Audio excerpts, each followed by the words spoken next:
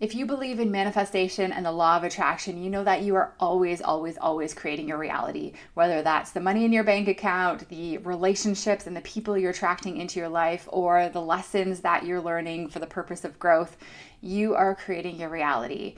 And you're co-creating this reality with life, the universe, God, your higher self, whatever it is you believe in, you are being divinely guided in a really, really beautiful way and co-creating this reality that you find yourself in and that you are building towards. So let's use this to our advantage in our co-parenting relationships. Why wouldn't we do this? If you believe that you are manifesting your reality and co-parenting is part of your experience, it stands to reason that we can manifest something different for our co-parenting relationship and experience for us and for our kids. Oftentimes we feel so helpless in our co-parenting relationship, like we're at the whim of our ex's demands or reactions or texts, and we are not a victim. We are co-creating this reality. So we need to put that victim mode aside and really get into the driver's seat because we are powerful creators. So let's adopt the belief that we can manifest anything we want, including relationships and including our co-parenting relationships. So let's put that hat on, put that curiosity hat on, and let's explore this as a belief, as in the realm of possibility. But when it comes to relationships, we can't control somebody else. We can't manifest for somebody else. They are responsible for their experience. However, what we can do is we can align ourselves to a different vibration, a different frequency, and tune our radio station to a different station.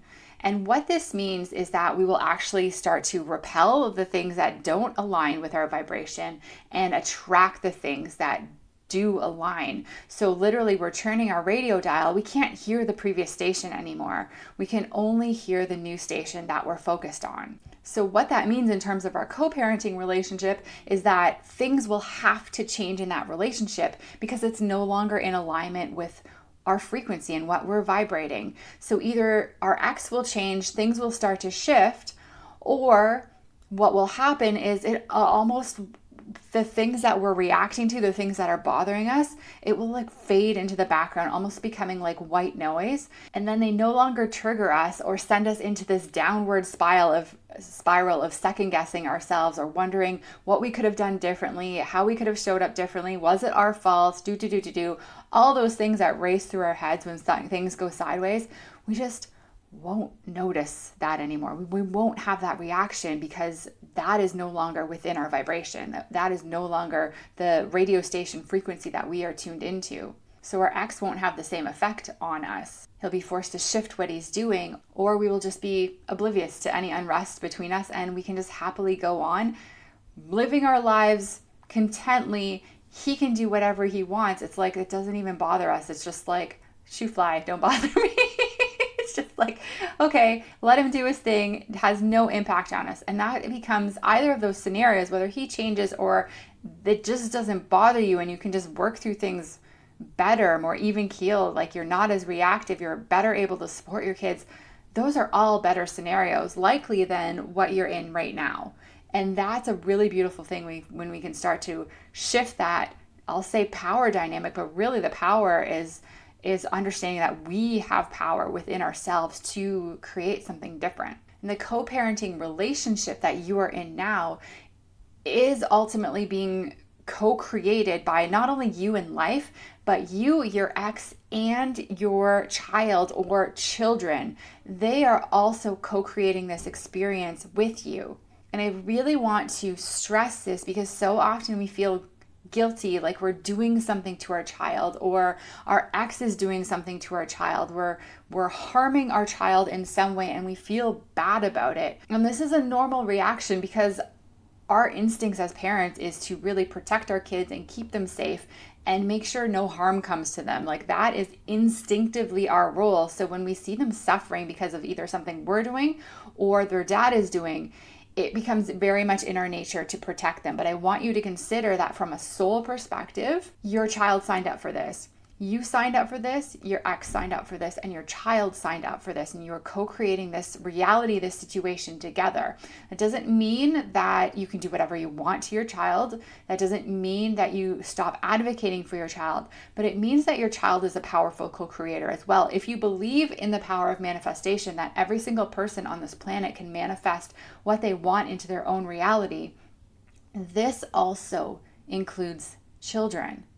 This also includes children. So this divorce, this separation, this co-parenting situation, it's not something you are doing to your child. It's something your child is co-creating with you and their dad. And you might be thinking like, Lindsay, why would they ever want to create this? This doesn't make any sense. And I completely understand. Why would any of us want to co-create this experience that we're having? Why did you want to co-create this experience?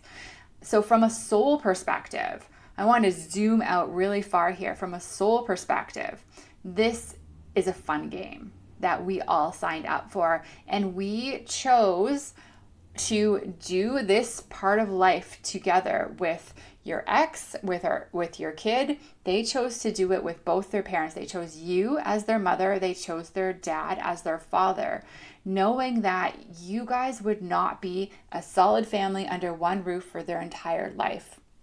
I really, really, really believe this, because these really big moments, these big events in our life, I believe those are set in stone. Those are what our souls sign up for. Everything else is free will. How we ended up doing this is free will and choice, but the overarching, the big sort of milestones, this is what our souls signed up for, because they wanted to come into this life to experience the contrast, to experience the buffet of options available within this lifetime, to feel the full range of emotions, everything from completely depressed, angry, frustrated, all the way up to joy, happiness, gratitude. We wanted to experience the full range, because that's what it means to be alive. From a soul's perspective, everything is great. Everything is awesome. We know at a soul level that none of this human experience really matters. Our souls cannot be hurt. We cannot suffer. We see the suffering of humans, of a human experience, but at a soul level, we always go back to our souls, and there's nothing but love there. So from a soul's perspective, it seems like a really, really fun game to come into this life, play in the contrast, experience the full range of emotions, and know that it's not us. It doesn't define us. It doesn't dictate who we are, because it's just this human experience we're playing out. It's this game. It's this simulation that we're playing out. It's not our soul. And it seems like a really fun game for our soul to be like, oh, I'm going to go do this crazy thing, and realize that it's not me, and come out the other side growing and expanding and collecting this experience for the purpose of growth and expansion and joy. And it becomes really, really fun to be able to understand that we are these sovereign beings, these unshakable souls, these extensions of God, source energy, and we are free to do what we want. We don't have to participate in this game. We don't have to play this game. This game doesn't define us. And by game, I mean this life doesn't define us. And so from a soul's perspective, this seemed like a really good idea. And these are the people we chose to work through these things with. It seemed like a really fun game to play. So when we understand this, and I mean really, really, truly understand this, that we're living out a human experience as a soul, we grow and expand. We really can understand that none of this around us really, really matters at the end of the day. And we are free to do something different. We are free to withstand the storm, almost like a tree rooting down firmly in its roots, strong trunk, and we can just blow around in the wind, but knowing that we don't have to grasp onto the ground for dear life. We are firmly anchored in who we are, and we can withstand anything going around us, and we can be content and centered, just being connecting with our souls at our soul level. And that's a really beautiful experience. It's something that we are all learning in our lives. We are learning it, our ex is learning it, and our kids are learning it. And we might not learn it in this lifetime. We might not learn it all in this lifetime, but our soul signed up for this experience. So when we understand this, we can step into that role as powerful creator. We can break free from how everyone tells us we should be doing co-parenting and divorce and really anything in our lives, and we can create the life that we want. And this becomes this really, really beautiful power within us and in our kids. And this is what our souls are really yearning for us to remember. So when we talk about manifestation and co-parenting and divorce, let's break it down, because I want to go through the 5 steps of manifestation, and they're all subtle, nuanced steps. The process of manifestation is really, really simple in theory, a little bit harder to execute when we really, really want something, when we're in pain, when we're in fear, when we're attached to an outcome. But if we can manifest, a water bottle in our life, we can manifest a different co-parenting situation. It really doesn't matter. It really is the same thing. We can manifest one thing in one area of our life. We can manifest something in the next area of our life. So let's break it down. The first step of manifesting something different into your life is identifying what you want. Having this burning desire for something that you want. So what is it you want? So many of us are afraid to even tap into, to imagine what we want, because we are looking at the evidence of life around us telling us that we cannot get what we want. So why even bother dreaming? But I am telling you, it starts with a dream. All manifestation starts with a dream. It starts with going after what you want, entertaining the possibility that it is possible to get what you want. And know that your current reality that you are facing right now is the manifestation of the set point that you were at. It is not evidence that you can't manifest anything different. It is just what you've manifested to date. So you can start to tune that radio dial to a different station and start manifesting something different for yourself. The second part of manifesting is believing that it's possible. It's not a matter of if, it's a matter of when. Now, it's okay if you can't in your mind fully imagine jumping from where you are now to where you want to be. It feels like the gap is too big. And that is a very normal situation to find ourselves in. And it's actually impossible to jump from a really low point to a really high point. So what we want to do is we want to take these incremental steps up the emotional scale and really focus on the feeling, because manifestation isn't necessarily about the tangible object. That's part of it, but it's about the feeling that it will evoke in you. So really, if we can tap into that feeling, we can connect with the essence of what we're trying to manifest and make it come into fruition faster. And we can do this by moving up the emotional scale. So practically speaking, you might look at your co-parenting situation. You might have a dream of it being like this beautiful, amicable situation where you can plan birthday parties together and hang out together for the sake of your kids, and it be a really beautiful scenario. And that might be way too much of a jump. But you might look around at other people and see them doing it. And rather than getting jealous and wondering why you can't have that, understand that when you see that evidence, that is showing you, that is the universe, that is God, that is showing you that what you want is possible. You might not believe it's possible for you right away, but sit in the realm of it is possible. Find comfort that it is possible, even if you don't necessarily believe right now that it is possible for you. And when you do this, when you see more and more evidence building around you that it is possible, that's a sign that you're becoming more and more in tune with that vibration, that co-parenting situation, that amicable co-parenting situation is in fact possible. That is a sign that what you're attracting is coming closer. So pay attention to that. And one of the other key things that you can do in terms of building belief, and really shifting your vibration and your emotions, is to express gratitude for where you are now, the little bits and pieces of things that are going right for you. Even if it's unrelated to co-parenting, being in a state of gratitude is one of the fastest ways to shift not only your emotional state, but also your point of attraction in terms of manifestation. So start expanding your belief by noticing the story that you're telling yourself, rewriting that story, and paying attention to how you're feeling and shifting up along the emotional scale. Step 3 is letting go of attachment to outcome. Now, this is arguably the most important yet difficult step, but this is really the idea of being okay with however this needs to unfold. But what makes it hard is we want what we want, and we want it now, and we don't want to wait for it, and we really, really want it because we believe it'll make our life better, and we're really, really attached to the outcome. But we need to have that burning desire while simultaneously being okay if something else happens. Okay, so how do we do this? I find the best way to do this is really to just put your curiosity hat on.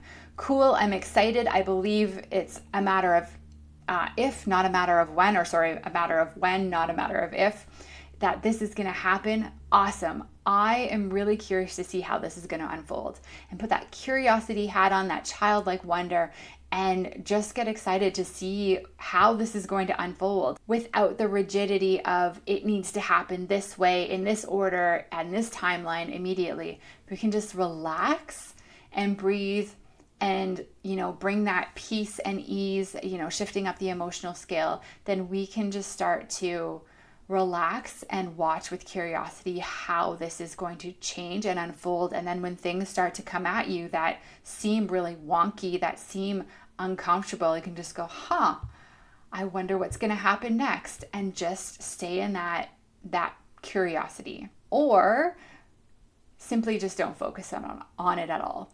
And what I mean by this is just like have the burning desire and just like go do something fun. Put it on the back shelf. You know what? This is not yours to worry about. You've handed it over to the universe. It's theirs to deal with. Your job is simply to get in the matching vibration. And what I mean by matching vibration is that feeling.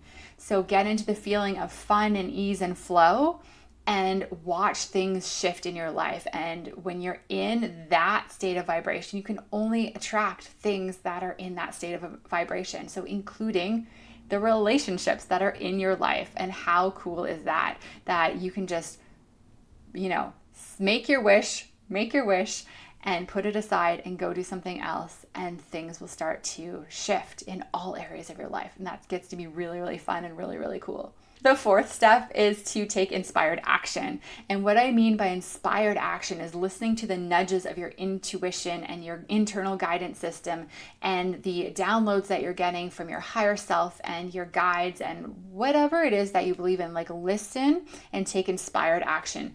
Don't take action from a place of force and like you're trying to make something work where it feels hard.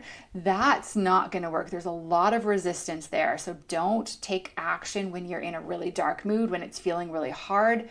Go do something fun, ease the tension, relax your body, and then come back and take inspired action.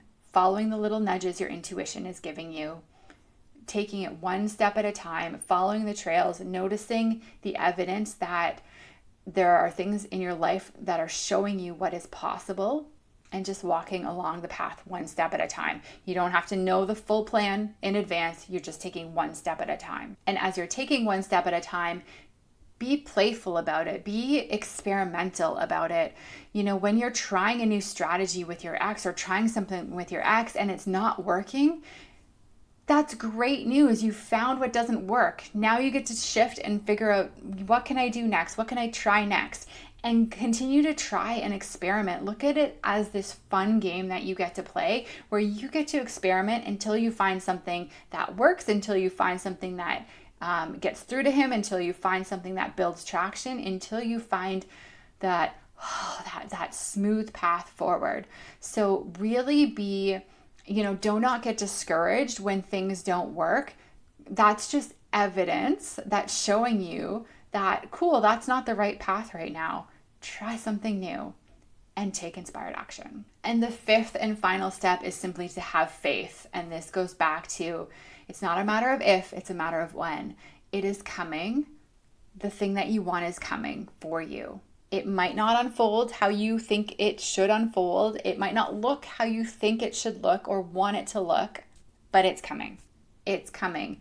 And the beautiful thing about having faith and being open to possibilities by putting your curiosity hat on, by watching how things are going to unfold, is that we aren't smart enough to come up with the full plan. We've handed that over. There are things that are not on our radar, that are outside of what we think is possible. Those things can all influence what we want and how this actually unfolds. And our job is simply to have faith that everything is working out in our favor, to follow the nudges, to trust the breadcrumbs we're being given, take it one step at a time, and trust that it's all unfolding perfectly for our highest and best interest, for our kids' highest and best interest, and even for our ex's highest and best interest. So look at the other areas in your life where you have manifested something into your reality. This is evidence that you are a powerful creator. And if you can create it in one area of your life, you can certainly apply that to your co-parenting situation. So know that you